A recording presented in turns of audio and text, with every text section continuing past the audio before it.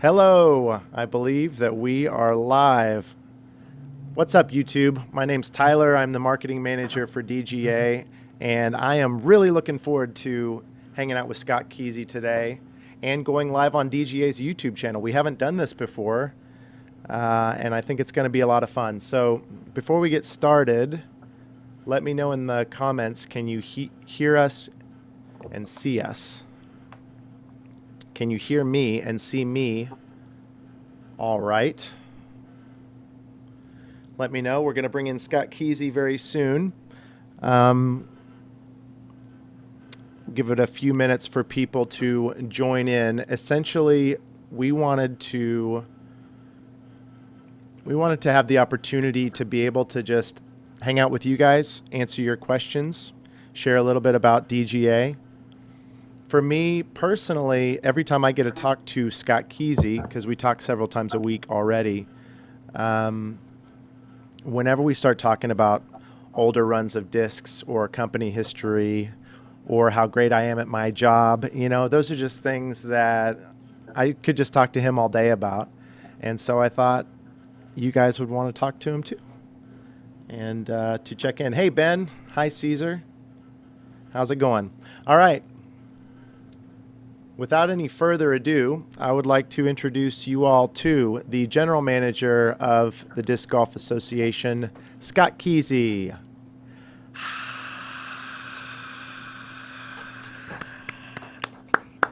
What's up, Scott? What's going on, Tyler? How you doing, buddy? Can everyone hear Scott? All right. I can. You sound great, Scott. Thank you. Is this the part we talk about how well you do your job? We go straight into that. Oh, you heard that? Oh, yeah. Awkward. I think the funniest part of this whole thing is that, like I said in the preamble, you and I do this already 3 to 5 times a week.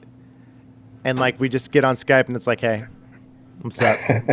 And now we're live on YouTube. So it's like, hello, sir. Welcome to DGA Live. How are you today? That'll unravel pretty fast, I'm sure. Yeah. So anyway, what's up? What's up? Ben Leanne is in the chat. He says we both sound good. I think he also implies that we both look good as well. That's implied for sure. Thanks, I would Ben. assume. Appreciate it. Ben. Also, back off a little bit. It's kind of creepy. Okay, Scott, so you are the general manager for the greatest disc golf company in the world. Yes, I am. And you have been that for how many decades now? Don't date me. About 20 years. Just shy of, but approaching 20 years very quickly. Crazy to think. Do you know when your actual, when your anniversary is? We should get you 20. No, it's funny. I don't. Really? I don't even know if I know the month, off the top of my head. But yeah, all just happens fast. We should get you 20 cakes. Yeah, I think you should. Let's do it. Mine was 5 Yours days ago. just happened, by the way. It came and went unceremoniously. I meant to make a bigger deal about myself, and I totally forgot. Well, so did we, by the way. And there was a plan, and I think I kind of blew it. So here you go. Congratulations, man. So I've been with DGA 20 years minus 19 years 5 days ago. Do the math. Yeah. It's crazy. It's crazy to think. It doesn't feel like it in certain respects, and in other respects, I feel like we've accomplished a lot in that year. But yeah, it's been says a fun you. year, for sure. It feels like I've been here 20 years. I mean, 100%. Yeah. So, did you start as the general manager? No, I didn't. Come straight in. I want, if you don't mind, but I'd like to go all the way back. Go ahead. Okay. Well, please, I'd like to go all the way back to day one or even before day one when you talked to Ed and he invited you to come work. How did that all go down? Well, when I actually started working for DGA, or how I met Ed? Where would you like me to start? start with how you met Ed, if that's pre when you worked for Yeah. DGA. Yeah. So I was going to school in the late 90s down in Monterey, Cal State Monterey Bay. I was going to school for management and international entrepreneurship was the official title, but it was more like a business degree. And I had played a little disc golf up in Eureka, Humboldt County, where I grew up, with some friends with object course and stuff like that. But when I moved to Monterey, I befriended a guy named Steve Bonner in some of my business classes, and he was born and raised in Santa Cruz and mentioned to me De La Viega. So one day we went up there to play De La, and like my world changed. Like it was like never playing on baskets before, and obviously De La being what it was just like That was the eye-opening first for course sure. that you'd ever Yeah. played? My first official course. I'd played object courses that me and my buddies had made up in parks near houses and stuff like that, but that was the first course with baskets. So yeah, it was quite the introduction. Wow. And so we started playing all the time. We'd drive from Monterey up to Santa Cruz all the time. And on one of those trips back, for one of our business classes, we had to write a business plan. And so we were talking about what we should do. And we came with the idea of what do we create like a business plan or marketing plan, how we can get a disc golf course on the Cal State Monterey Bay campus. At the time, the university, it was recently transitioned from a military base, Fort Ord, into a college campus. And so it was kind of a weird mix of old military barracks and trying to build like what would appear to be a campus. But it didn't really have a lot going on campus. We're like, well, this would be a great opportunity. There's plenty of land. You know, if we could do something, it seems like a great way to do it. So we started talking about it more.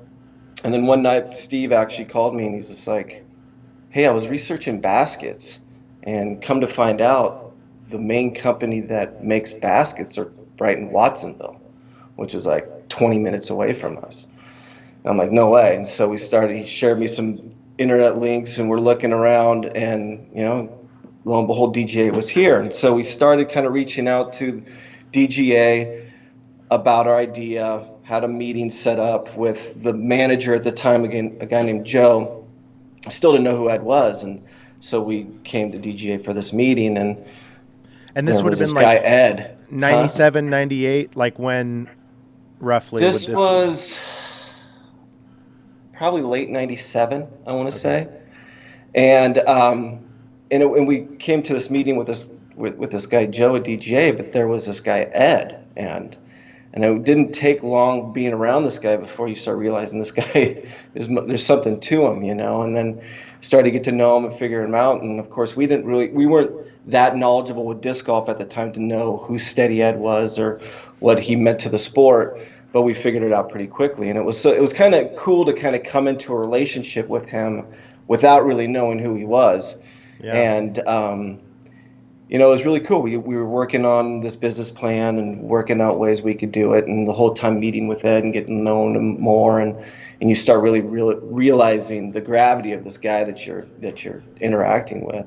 Huh. But it was kind of cool because we hit it off, and he became kind of like a grandfather figure to me in a way, before becoming more like a mentor to me once I started working with him. But yeah, I spent a lot of time. We got the course put in, the initial course at Cal State Monterey Bay that's called Cypress, and anytime I would have like a college like project I need to work on, like interview an entrepreneur or something like that, I would always just first your go-to Ed, yeah, my awesome. Go-to, and just go and hang out with Ed for a day, and and so getting to learn more about him outside of disc golf, and you know his background with oil rigs and deep sea diving, and you know, going back to World War II, being a World War II vet, and just hearing all these stories, he's just a super fascinating guy. Okay. You can finish this. You can finish what you're saying, but I want to hear about oil rigs, deep sea diving, and World War II vet, because like I thought I knew some amazing stuff about Ed, but that's definitely piqued my interest. When's the movie coming out? I mean, oil skimming, like developing platforms and apparatuses for helping to clean up oil spills. I mean, we still have models here of like things he was developing on the side of developing disc golf that were just things that piqued his interest. You know, he problem solvers, like finding a problem and finding a solution. So, wow. You know, he went out to the Persian Gulf a couple times to like work with them on different things. So yeah, it was super fascinating. All kinds of random Casual, stuff. just casual trip to the Yeah, Persian yeah, Gulf on an yeah. invention to clean up oil spills. Yeah. Exactly, exactly. So back to my thing with Ed, we finally got the course put in, and I went on with my college career, but I always just kind of check in on him and see how he's doing. And we were selling discs while I was still in college, but my interactions with him were kind of less and less. And then I graduated from college. It was kind of during the whole dot-com boom, and I had found an interest in digital marketing and advertising. So I had internships with advertising agencies up in San Francisco. And after graduating, I actually went into that field and moved up to San Francisco and worked there and lived there for a while. And after the whole dot-com bust, I quit my job and was just kind of touring around, went to Europe and was living with some buddies of mine that were in a band, just trying to figure out what my next calling was, because the whole thing was just not really my speed. And you And weren't. Can I pause you there because you yeah. weren't playing disc? You wouldn't consider yourself a disc golfer at that time, or would you? Oh yeah, I mean, I played. I didn't play in Okay. any tournaments per se. I mean, we would host events at Cal State Monterey Bay, the Otter Open, and I'd play in stuff like that in our local leagues and monthlies and stuff like that, but no So it was kind of a real PDGA casual, events. casual Super part of your casual. life. I just enjoyed the sport and loved it, and enjoyed being able to contribute something like that to my college campus. I felt like it was something I was going to continue playing lifelong for sure. I Okay. never saw a time I wouldn't play it. And so I was living in Berkeley, and I was playing Aquatic Park one day, kind of trying to figure out my next steps. And I just was thinking about Ed and called him, just called DGA to check in on him and see how he was doing. And he started like picking my brain like he would, like, what are you doing? Like, what are you up to these days? I'm like, "Oh, I just finished a round of golf, just checking in." He's like, well, what are you doing? You working? I'm like, I'm just trying to figure it out. He's all, Scott, I need to know what's going on with you, just kind of get to the point. And we just started a conversation. He was looking for someone to help grow the business, sell baskets, stuff like that. And I loved Santa Cruz area. When I lived in Monterey, I spent a lot of time in Santa Cruz going to concerts and stuff like that. So I was like, work for disc golf, go live in Santa Cruz, and it all just kind of fell together. I mean, I think the biggest thing is just like always left doors open wherever I went. Never knew when an opportunity would present itself, and so it was one of those doors I left open. And I had a great relationship with Ed, and so it just kind of happened. Never thought this would be what I'd be doing, but I was Wow. willing to take a chance. Yeah, So that was almost 20 years ago. yeah, Probably. Like we yeah, don't close the to it. Yeah, exact date. Yeah, we need to dig that up. yeah. So, okay, so I guess the original question was, have you always been the general manager? So you kind of came in more of a sales role? Right. Okay. Yeah. So shortly, or right about that same time, Ed had developed what was called the M14. We recently discontinued it, but it was the original, really the first lightweight portable disc golf basket. He had built a design, started working with a manufacturing partner overseas, and was trying to figure out what to do with it and how to get it out there. And so right about that same time, I call him, checking in on him. I think in his mind, he kind of connected the dots. And so that was kind of the initial idea, was to like, hey, help me figure out how to get these things into stores. Yeah. And so I didn't really have much of a sales background. Actually, I had zero sales background at that point in time, but a huge passion for disc golf. And I think anytime you're passionate about whatever you're doing, you're going to be pretty good at selling it. And so I think that definitely helped me out a bunch, in those early days, because I mean, we were kind of a small operation. I'm trying to figure out, organizing certain things. Ed wasn't really great at organizing, so trying to figure out how to get like files onto computers and stuff I could send out to places and stuff like that. It was, kind of we tripped through it a little bit at the beginning, but we figured it Yeah. out and started kind of getting that out there. And then I started focusing on other things, basket sales, like more course sales and stuff like that. And then started to kind of want to expand more on what we were doing with discs. And that was actually one of the last things I kind of got a green light on from Ed before he passed away, was to open up some deeper discussions with Discraft about creating new molds, You, molds and that are more under the you, DGA brand. you were only you only worked like officially with Ed for how many years before he passed? It was about a year. I Oh mean, my it gosh. was, So it was just like, yeah, I mean, wow. it was pretty wild. I mean, you never really expected that to be the case, but it was cool. I mean, it doesn't feel like it was just a year. Like when I think back on it and think of all the memories and things I learned in that small amount of time. Obviously, I'd known him for a number of years, but like working with him every day for that amount of time, yeah, it felt like it was a lot longer. Just Hmm. picking his brain and soaking up stories. I mean, countless stories, and but yeah, it was pretty crazy. It was a crazy time for Yeah. sure. In the chat, Doc Zen asks, question for Scott. Do the GMs of the different companies have like a retreat to talk about the state of affairs in disc golf? Or are you guys like the Delatas versus Omegas of Animal House? Maybe a little bit of both. No. Um, no, no retreat stock, There's nothing no like that. It private does sound like Facebook it's kind of a group. cool visual, but I Yeah, mean, yeah, it what I is. will say is that there are definitely, I've built relationships with just about everybody that are in similar roles as myself, um, within throughout the sport, within the different manufacturers, and have a really good relationship with pretty much everybody. I think regardless if we're all kind of competing on a daily basis, we're all part of the bigger disc golf family, and I think we're all, you know, wanting the best for the sport and want to grow the sport. And so, you know, you do have, similarities more than you have differences with people that are in similar roles as you do. I mean, we might not get down to the nitty gritty when we see each other at Worlds or stuff like that, but I like to think that there's a common bond and appreciation for each other for sure.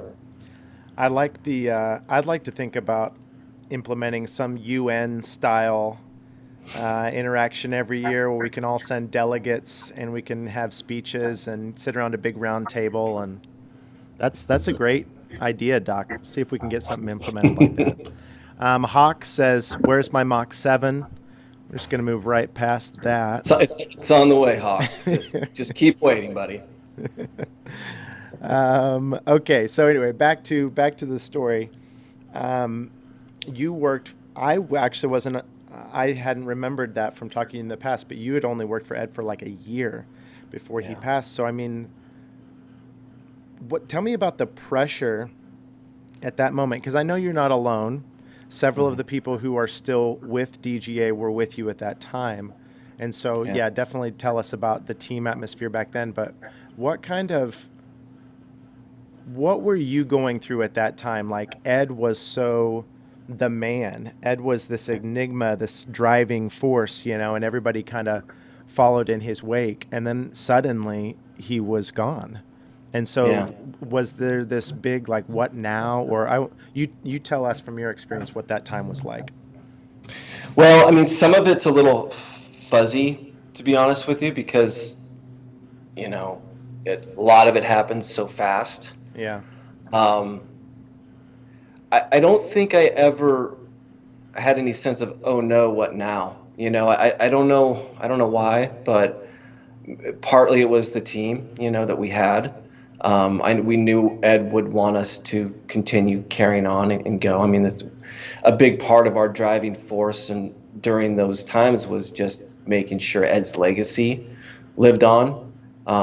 And Farina, his widow, I mean, she's been amazing with that. And that's a big part of what she even brings to this day, is making sure that Ed's legacy is remembered and stuff like that. Um, but Sylvia and Josh, who are both still here, it was just pretty much the three of us and Farina and a couple shop workers at that point in time. And we just, carried the torch. And, I think it really would start hitting me, it just being such a wild time with the amount of emotions going and stuff like that. But we would get people that would just call out of the blue and to express their condolences. Some of them were people that Ed knew, that people that he encountered, close friends. Obviously, those people were calling and expressing their condolences. But there would be people that would call that had never met him before, Hmm. but that that he left a mark on them with just his creation of the sport, and they just wanted to call, express their condolences, and thank him Wow. for what he did. And it was, I mean, we fielded nonstop phone calls like that for weeks. Wow. And I think that more than anything probably just resonated with, wow, just what this person meant to the sport of disc golf, but in a lot of people, the world. I mean, a lot of people, disc golf changed their life, maybe got them through drug dependency or alcohol dependency or whatever it might be, and they found love in disc golf and it changed their life. And so we get people calling us and wanting just to share kind of their testimonial, if you will, like that. And I think, you know, that hits you pretty hard, and that's pretty powerful. And I think that if you feel like a great responsibility at that point in time to make sure you're continuing to carry this thing on. So it was crazy, it was wild, but we, you know, I the strength of the people that I had around me during that time, and we all just kind of carried the torch and kept figuring it out piece by piece. The chat's making a lot of sense right now. Am I going to get a Tour Series disc at some point? And also, Brody went to Discraft. Is there any other celebrity besides me that you think we should have on Team DGA? Wow. Who asked that? That's Doc and Scott. Oh, sorry, Scott, your last name's slipping me. But anyway, yes to all those. All that stuff's in the works. Scott doesn't know about it yet, but just hang tight. Yeah. I've never asked you this question before, but what was the first big release post-ed? I've never even thought about that until we're having this conversation right now. What was the first thing that you guys, whether it was a basket or a new mold, that you guys developed and released yourselves? Disc-wise, so like I said before, you know, I kind of brought Ed this idea, or I pitched him basically on like, hey, are you okay with me approaching Discraft and talking about getting some new molds? Because at that point in time, we had our own discs, but they were basically rebranded version or slightly rebranded versions of Discraft discs. So we had a Cyclone. We called it the Flathead Cyclone. It was made in a plastic that made it shrink a little bit, so it lost a little bit of its dome. So it was a little bit more user-friendly, I guess you'd say. We had an X-Clone variant that we did. We had a variation of the Hawk. And so we had a number of discs that were just basically our versions of their discs. And I wanted to change that. And so when I approached Discraft, and I was working with both Jim Kenner and Keith Murray, who was working there at the time, we started kind of going through some different stuff. And the first two molds we came out with, and they came out at the same time, was the Riptide and the Squall. So the Riptide has since been taken out of production, but the Squall is maintained one of our most favorite, you know, player favorite discs. I mean, it's such a unique mold. It's kind of a hybrid, you know. It's got tendencies of a fairway as well as a mid range, and so that was the first two discs we came out with, and I can't remember from there when. So the first probably basket thing we did was the Mach Light, I would say, and I can't remember where those fall in relation to each other. I'm pretty sure that the discs were before that. But that was something that Josh Orzek and I worked on together, you know, trying to develop a collapsible basket that still had the basic dimensions that you would find on a traditional basket. So if you're outside practicing, or you're taking it to the park or beach, you're practicing on something that's going to emulate very similar to what you'd be finding out on the course. And so that was a lot of fun. You know, we filed a patent for some of the functionality on that, and so those were the first couple things we worked on. That's amazing, because I mean, if anybody out there's ever been around a Mach Light, I mean, it is, and not only just sucking up to my boss here, but it is kind of a feat of engineering, like to get the whole thing, you know, to have a canvas bag that will fold up and down, and to have the chains not get in the way. And in addition to that, be kind of connected to the framework of the basket to add a little bit of catchability to it. That Right. must have been a pretty fun release.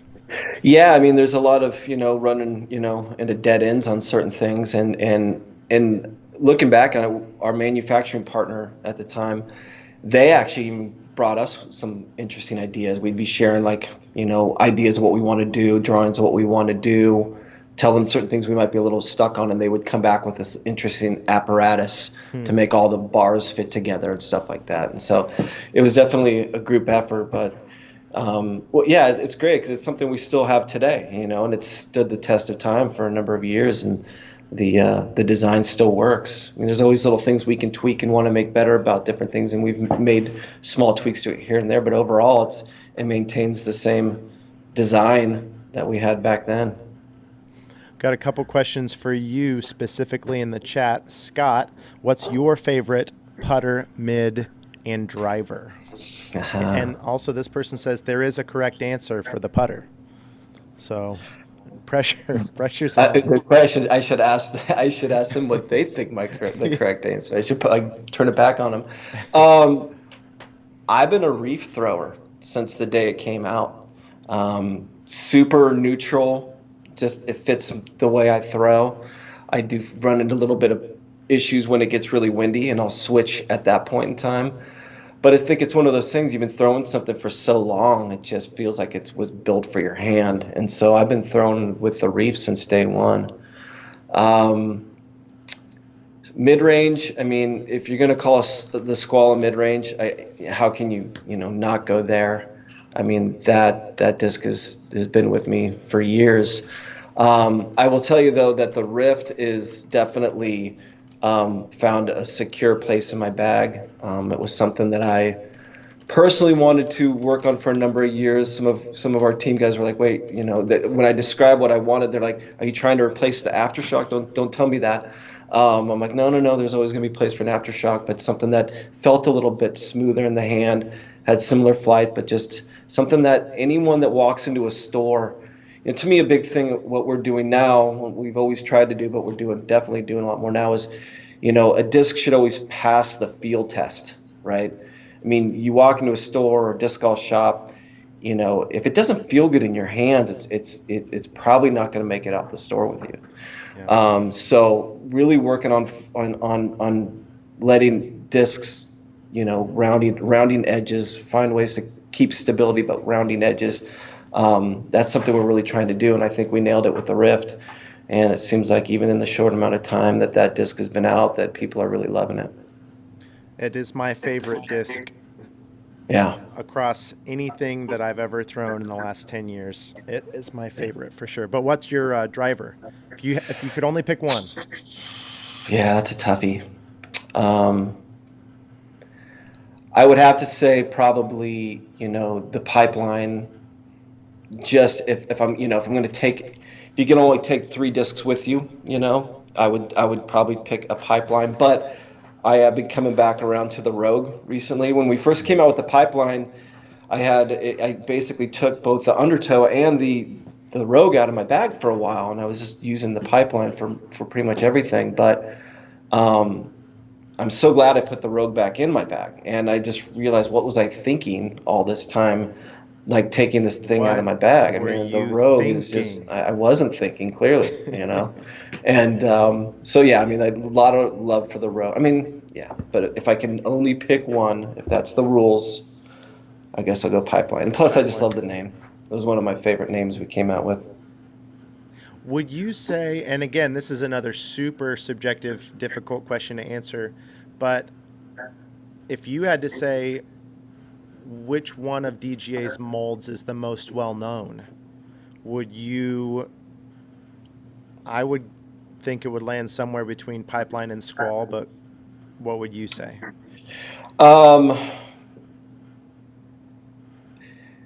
Yeah, probably, I mean, I would probably say the Squall, though I would say the Hurricane is probably going to be on that list. And honestly, I would throw the Blowfly in there. Oh wow! As well. Just, I mean, it's not going to be something you see in any a pros bag as much, but as far as like how many that we sell and that what people know of DGA, I get blowfly a lot just because it's so Yeah. unique. There's really nothing like it out there. And because of that, it still remains a really good seller for us. And the glowfly, which hasn't been around for a while. I hear a lot about Yeah. that. Actually, that might lead into Scott's question. Scott says, I would love to see the Riptide make a comeback. Are there any discs that you would like to return to production? We won't hold you to this, but like in an ideal situation. Well, we haven't really discontinued a ton of molds, to be honest with you. So there isn't really a lot to really pick from there. I mean, the Riptide's one of them. The Tsunami's kind of out of production. To me, I kind of like the idea of taking, if something's not selling as well, taking it out of production and see if people start clamoring for it again, And I think the Tsunami is a great example of that. That'd probably be my answer to the question, but I think the longer the Tsunami has been out of production, I feel the more people are looking for them. And so that would probably be one I could see coming back in some kind of capacity. I can't see these comments, so I don't know what people are saying. Caesar says, I'm holding him to this answer. And then Caesar. A gentleman named Reckless Rhino, could be his actual name, says the answer to the putter question was actually steady. Specifically, well, I would imagine that's what people would expect me to say. But specifically, I am the Pro Series Matt Bell steady. Yeah, it's a good disc. There's no question. I got a ton of love for the steady. I'm super excited about that disc and when it came out, and I've been kind of holding the name steady back. It didn't really fit necessarily, the naming convention up to that point, but it was such a no-brainer. Like but it was also a lot of pressure to make sure that mold was good. Like if you're going to put his name on it, you better not suck, know. And I think that was there was a little bit of pressure there, but I am absolutely stoked to see how many people we've turned into DGA disc because of that disc. Yeah. And then coming out with the BL, the steady BL, and have it be the true companion to the steady that we wanted it to. We knew a lot of people wanted something that flew pretty much just like the steady, but that didn't have the bead. And so it's like, all right, well, how can we make this thing fly similar? And I think we nailed it. So both those molds have been sweet and been a great addition. I'm glad we can do justice to Ed's name with those molds. As I announced in the press conference a couple months ago, I have officially made the switch from Team Steady to Team Steady BL. So really? It was caused quite the stir in the disc golf world. a lot of debate, a lot of hate coming out of the thread. Or what? Yeah, both of the people were pretty excited about that news. What else? We got more questions coming in here. Oh, interesting. Have you noticed any boost in basket sales since the Discraft Brody hype train started? Baskets, particularly? I was thinking since Brody came onto the Discraft team. I would think that it would have more of a direct effect on disc sales than basket sales, but right. No, so I guess my answer would be no, not necessarily. But I think more than anything that, what's happened with COVID-19 and stuff, it's been interesting to see how things have been rebounding. Just quickly on that note, I'm really, I think, it's going to be potentially really good for the sport of disc golf.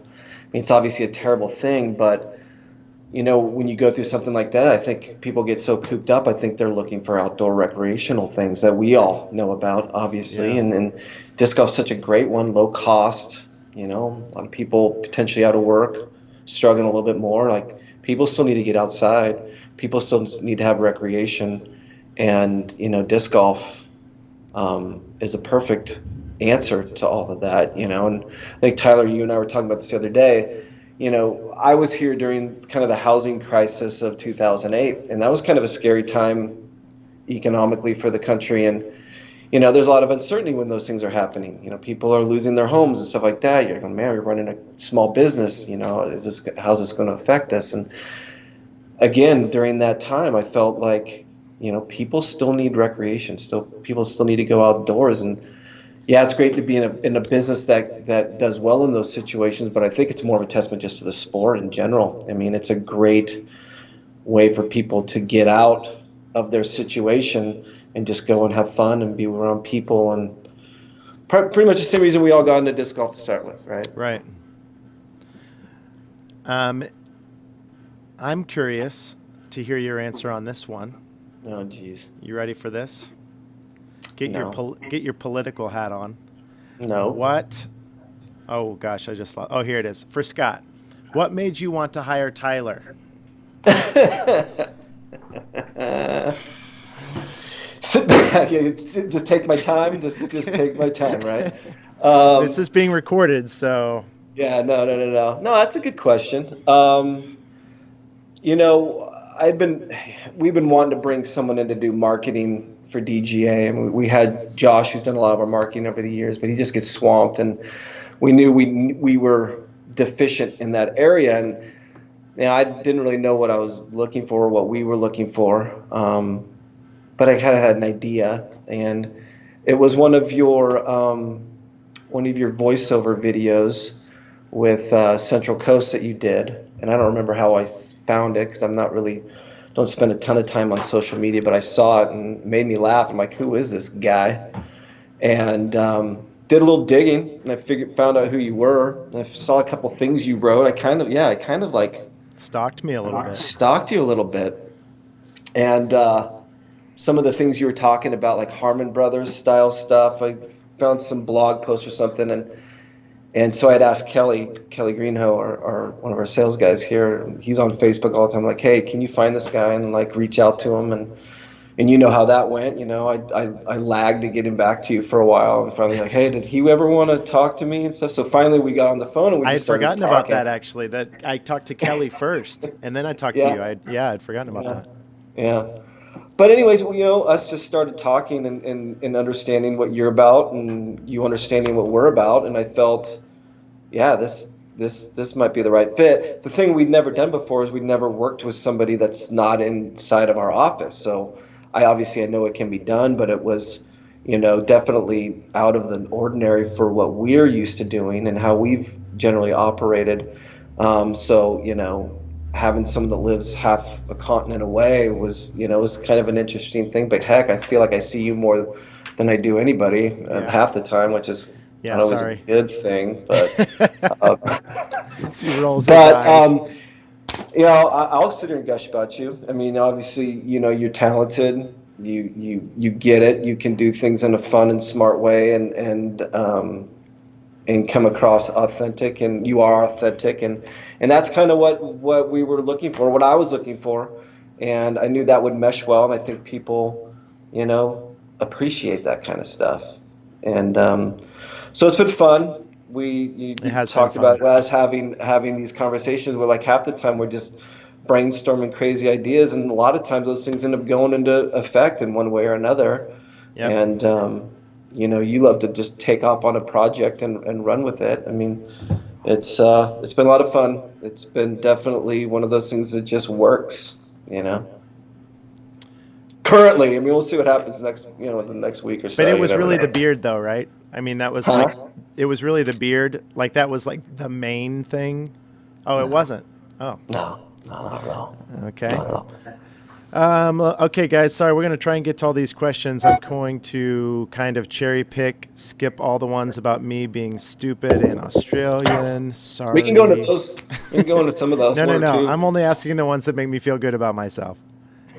Is there a reason for the signature plastic to be in just a few molds, such as the blowfly or the gun putt? I would assume he's asking why not signature blend for all of them. A signature, well, that just kind of blew my mind a little bit. I'm imagining a signature squall or hellfire Yeah. What would that? Yeah, about a What would that hellfire. look? That might be a Yeah, little, that would be may bizarre. not work out too good. But no, it's a good question, and definitely things we've kicked around. I think the easiest answer is those things aren't manufactured in the same place, and that might not be something that everyone knows. But we work with Discraft obviously for the majority of our molds, and the signature line ones we actually were molds that Ed had developed back at some point in time.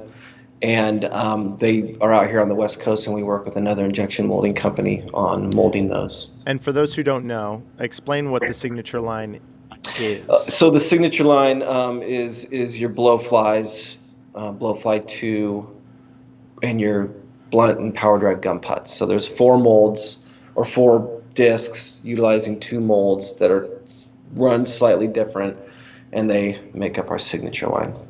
And they don't feel like normal discs, like typical No, discs. they're more, I guess, rubbery, if you will.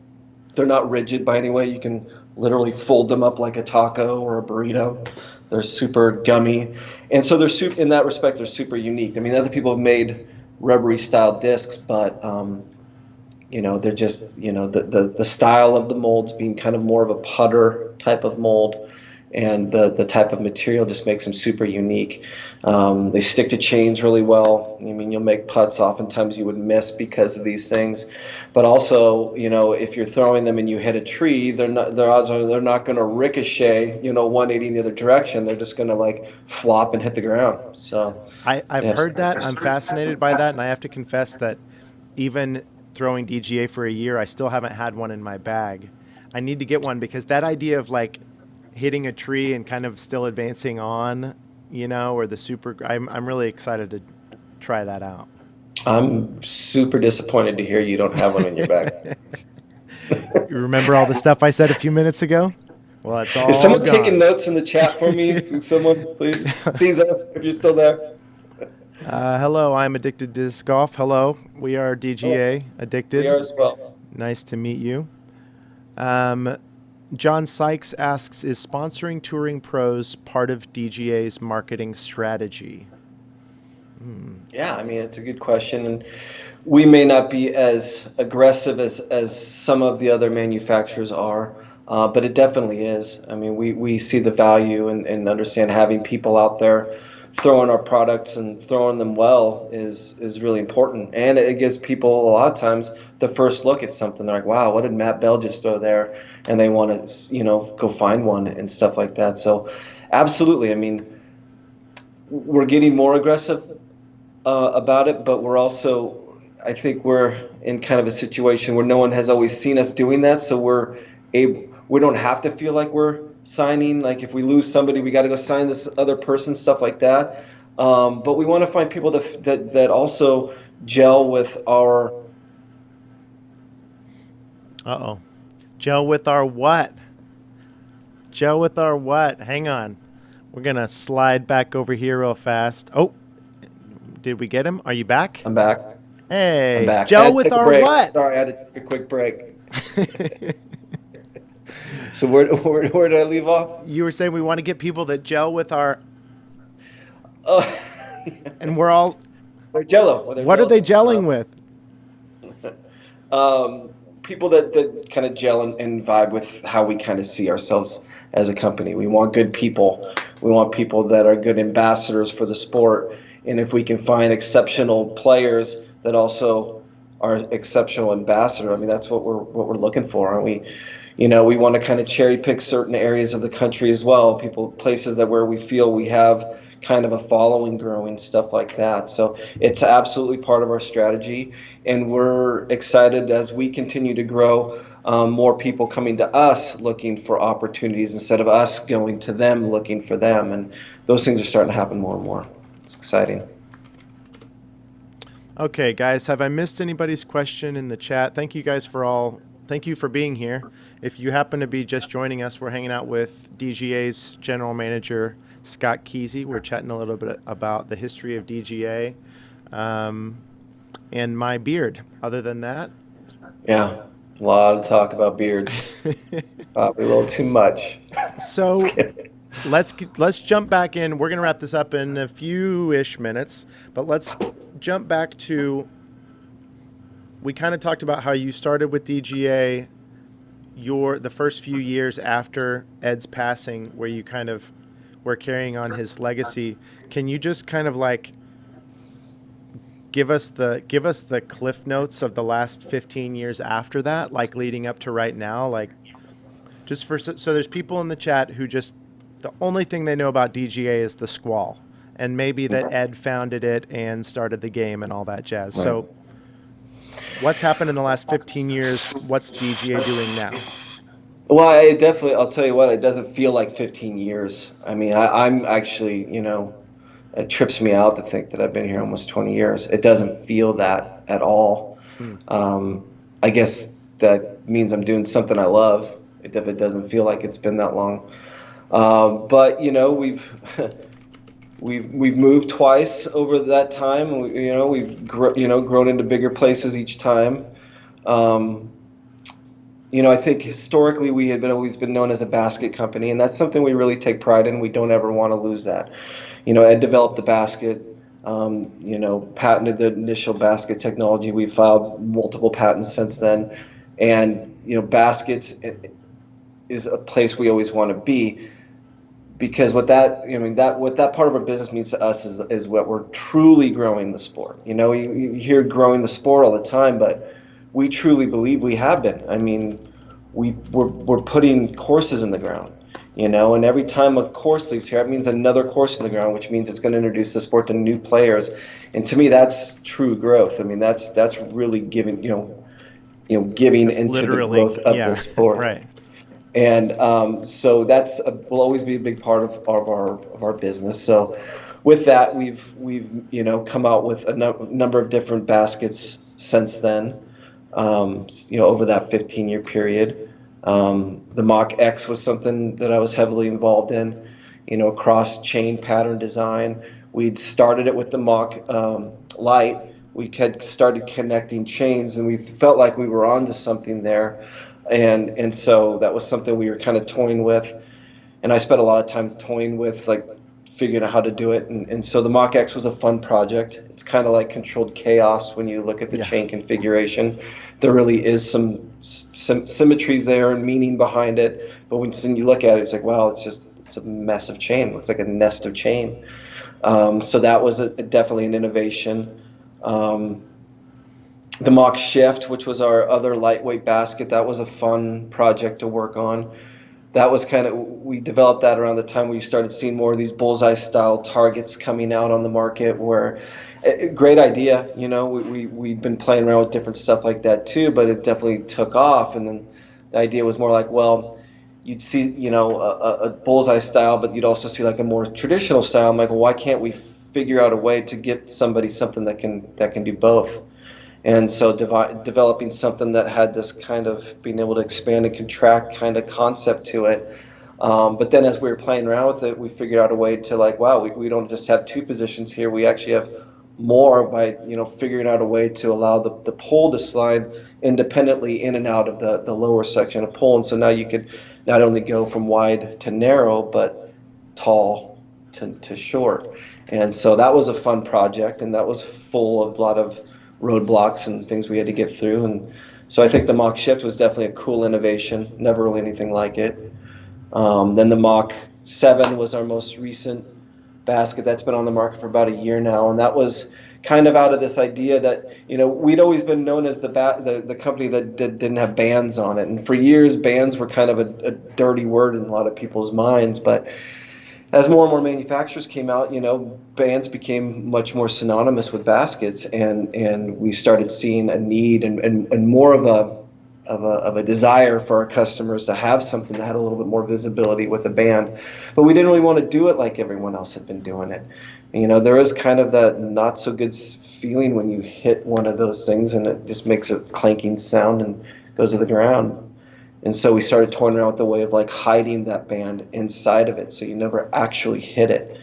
And so we went through a lot of prototyping on that and came out with the Mach 7. And that was another one of those, like, you weren't sure how people were going to accept it, But I think what we learned is that as long as it catches well, people are all good, And can we talk about that for a second? Because I have no idea I've had a Mach 7 for almost a year, and my local course that I play the most on here is Mach X's. And I just did not think I could ever enjoy putting on a basket more than the Mach X, just in terms of catchability. But can I say this when we're live? I feel like the Mach 7.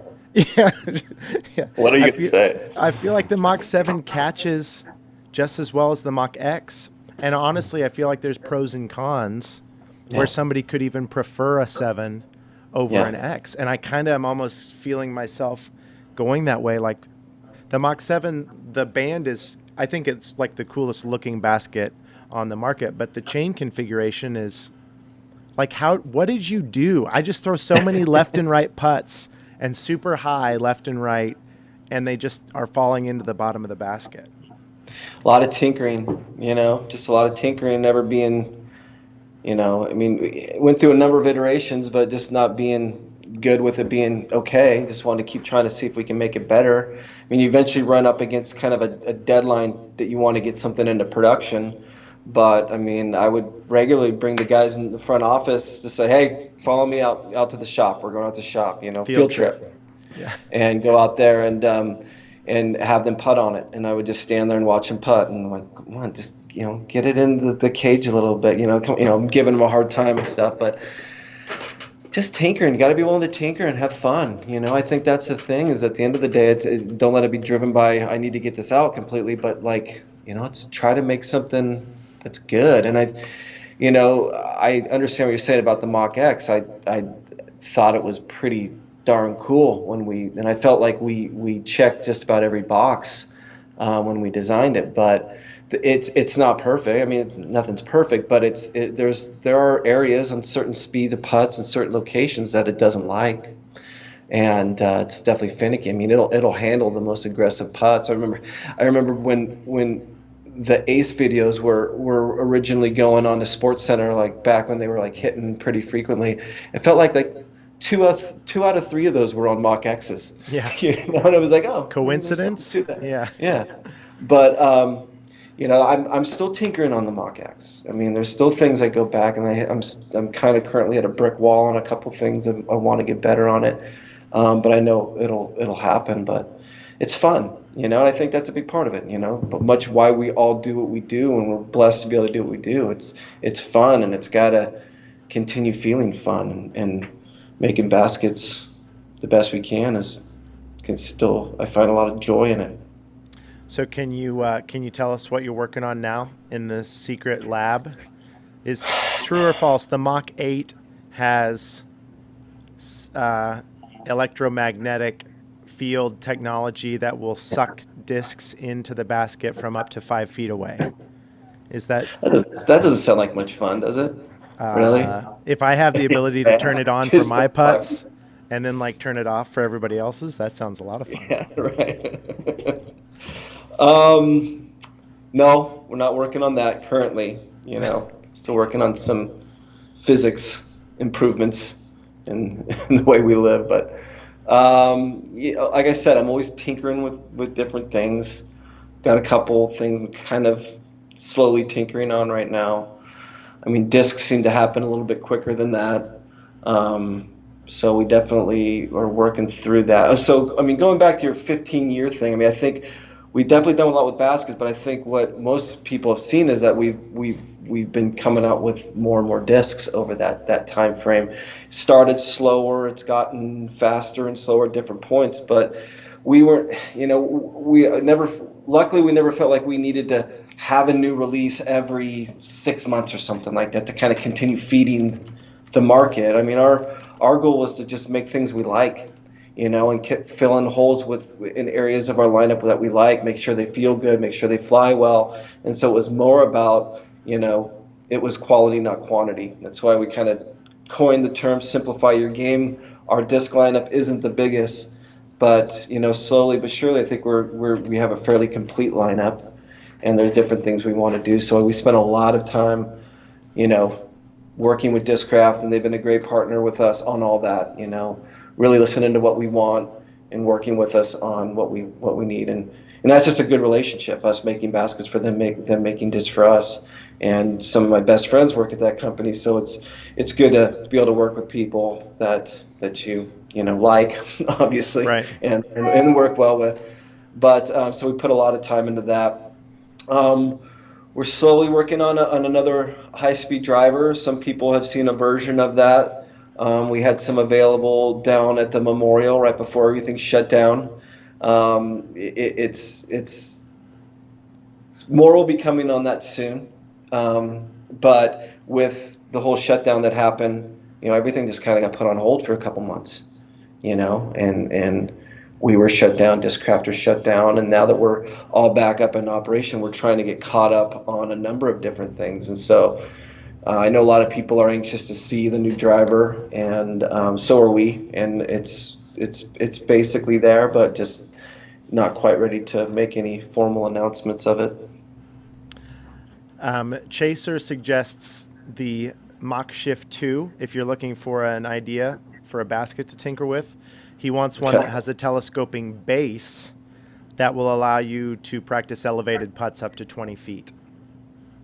So maybe like one of those extension poles that you can grab your disc with, just make a bigger version of that for your basket and just let it go all the way up to the top of the trees. It ends up becoming like a three-piece pole. You got the one that slides down from the top, one that slides in and out from the bottom. And I don't know. You're in charge of all the details. Well, it's funny that Chaser says that, because when we were originally dreaming about it, I mean, obviously, if you're thinking about a telescoping up and down part of the pole, you can, you can visualize something being able to come out of the bottom to let you raise the basket up. Yeah. So good idea, Chaser. Good idea, Chaser. We'll call you. Don't patent it. Somebody would like to know, do we have any plans on making glow aftershocks? Have we made glow aftershocks? I don't think I've ever seen one. No, actually, I don't think we have. And no, we never will. Next question. Next question. Actually, I know Shasta had my ear about that for a number of times. He kept wanting me the next Midnight Flyer.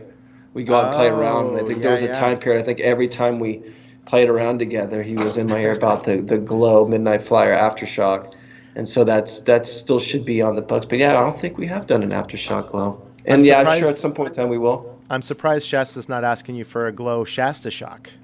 Yeah. That's pretty humble of him. You told him that, I'm sure he will. Yeah, he's like, get right on that, think Shasta. about that.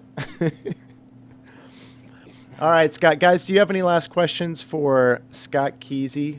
I'm not answering any more questions, so don't ask anything easy on me. I figured Hawk would be bringing something strong, but I guess doesn't have it in him today. I think Hawk's out scoring in the 300s on the Perfect Putt 360 app and tagging me in his screenshots. I would say that the Putt and Place Challenge benefited Hawk probably more than anybody, wouldn't you say? But on a serious note, the times when I've gone to a course since the Putt and Place Challenge, I'm putting better. Like, if you guys haven't checked out the Perfect Putt 360 app, I did it really consistently for like 2 months. Didn't really feel like I was getting a ton better.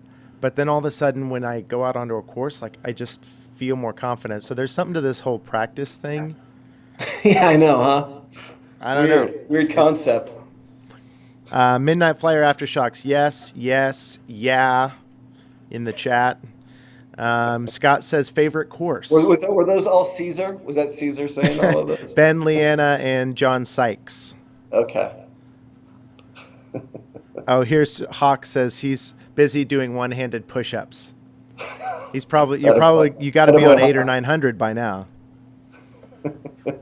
What's your favorite course, Scott, if you could only pick one?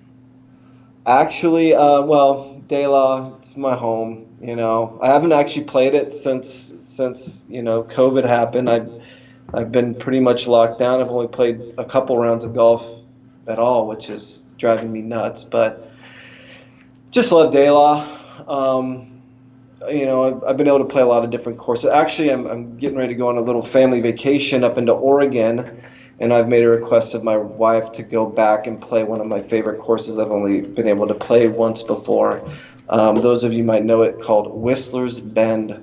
disc golf course, Whistler Bend Park. It's a magical spot. I'd heard good things about it, and I went up there, and we camped there one night before we had kids, some number of years ago. And I played it as many times as I could in a 24-hour period. That's how much I liked it. So I think here in a few weeks I'm going to be able to go play that again. So that's a fun course. But, I mean, there's a lot of them. Pickard Park in Iowa stands out. I love that. Blue Ribbon Pines, beautiful. Oak Park, Wichita, Kansas. I don't know. You haven't had me out classic. there. I don't know. I haven't been invited. I got a guest room. Let's do it. You're going to be really disappointed with Oak Park. I mean, I love it, but, you know. Hey, I enjoy new courses. I always have. That's one of the things I love about traveling for work or whatever. I feel naked if I travel without discs. And I just love, I mean, we've all experienced it. I mean, disc golf has taken us to places we never normally would go off a beaten path, you know? And to me, that's part of the adventure, is like going out and finding new courses and meeting new people, and there's just nothing that gets old about that. True that. Yeah. All right, Scott Keasey. Well, hey, I just want to thank you, Tyler, for putting this together. You've been in my ear about this for a bit, and appreciate you taking the time to do that. And I appreciate everyone for tuning in and spending a little piece of time with us. And obviously, thanks for all of your support and support of DGA. Yes, thank you. Keep supporting us. We'll keep doing it. I was about to say thank you so much. I've had a lot of fun reading through these questions. I definitely think we're going to keep doing this. I don't know when or how often, but it is going to be something that we'll do again. Oh, guys, come on. Don't start asking a bunch of questions now. This is the wrap up. Figures. Unbelievable. Okay, Scott, can't even go there. Caesar, get back to work. DGA collaborating with anything like the pop-up course. Ooh, Molly Brickley, this girl looks attractive. Ooh. Great job, guys. Collaborating Thanks, with Molly. anything like the pop-up course. What does that mean? I guess I'm guessing it's like these things where, like either going to like a baseball stadium, or I've seen them doing it at prisons where they just go out, put temporary baskets out, create a course, either have a tournament or just a weekend of coming out. Flyby was doing some stuff where they would go out to different places and construct a course for a tournament, and then weekends end, it's gone. So probably something like that. Always, if people have ideas, want to throw them our way. You know, we love supporting great ideas. As long as they don't suck. Now I feel bad that I shot Scott. I thought you were the other Scott, but you're a new Scott who just got here. Those are me. I was putting all those questions. We got this Scott, and then there's those two Scotts in the chat. So I will ask you a question. How big? They sound like smart guys with a name like that. Yeah, though. you gotta be. How big do you think disc golf will eventually get to? Pro disc golf on ESPN? World Olympics? Well, space disc golf. The Olympics thing was interesting. There's a one of the heads of WFDF, World Flying Disc Federation. They're the governing body of Ultimate, I believe, and other things. A good friend of mine, Charlie Mead, in the UK, is on the board, and they got really excited about the possibility of it being added on one of those, I forget what they label it, one of the tester sports or whatever it would be, in the Olympics within the next few sessions. It's been like disc sports and particular disc golf and Ultimate have been on there a number of different times. I don't think it's made the cut, but it's, the more we do this, the better it gets. And that's why they were testing the world team tournament format that WFDF did. I think they're still doing it, but they've done it for a number of years. And the whole idea was to test the format so that you can have a team representing each country playing in a disc golf event. And so there's definitely hope there. Nothing against cornhole. I have it in my backyard, but I feel like, especially during the pandemic, I've seen more cornhole now. Careful, on ESPN. Careful. All the love in the world, believe me. But it's just like, man, I feel that there's things that we offer that are potentially more compelling than that. if you got to be careful. You're about to stumble into the comment that hits the disc golf debate group on Facebook about 3 times a week, and What's the cornhole comment guy is starting to just be roasted instantly. In what way? Like people just coming out and defending cornhole? Like, I'm not shooting it down. The cornhole thing again. I think the main idea is that cornhole takes a couple cameras in a room.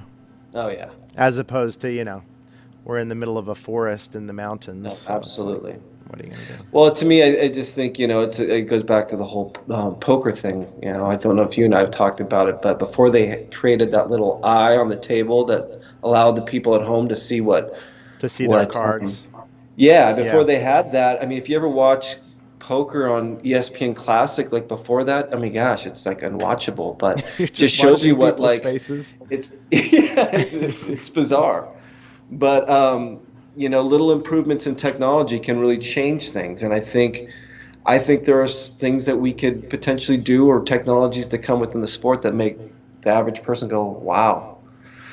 So where it'll be, I mean, heck, I'm hopeful. Probably wouldn't be doing what I'm doing if I didn't feel that the sky's the limit with what we're doing. I mean, I remember how I fell in love with it. I feel that there's just countless people out there, and all of us that are watching this, I mean, we all fell in love with it in a very similar way, and there's just a lot more people out there to get hooked. Questions anymore? Was that all of them? I think we got to cut it. Scott, I could talk to you all day. Appreciate your insight. We will do this again. Guys, thanks again for jumping in. Thanks, everybody. I'm going to get back to work now. Yeah, you should. Yeah. Me too. On whatever it is I'm supposed to be doing right now. Thanks, Hawk. Thanks, Chaser. Thanks, everybody. See you guys. I'm going to go back over to here, not really for any specific reason other than now we're back to Scott. I just want to show you guys these sweet transitions that I made a couple times. Yeah, all right.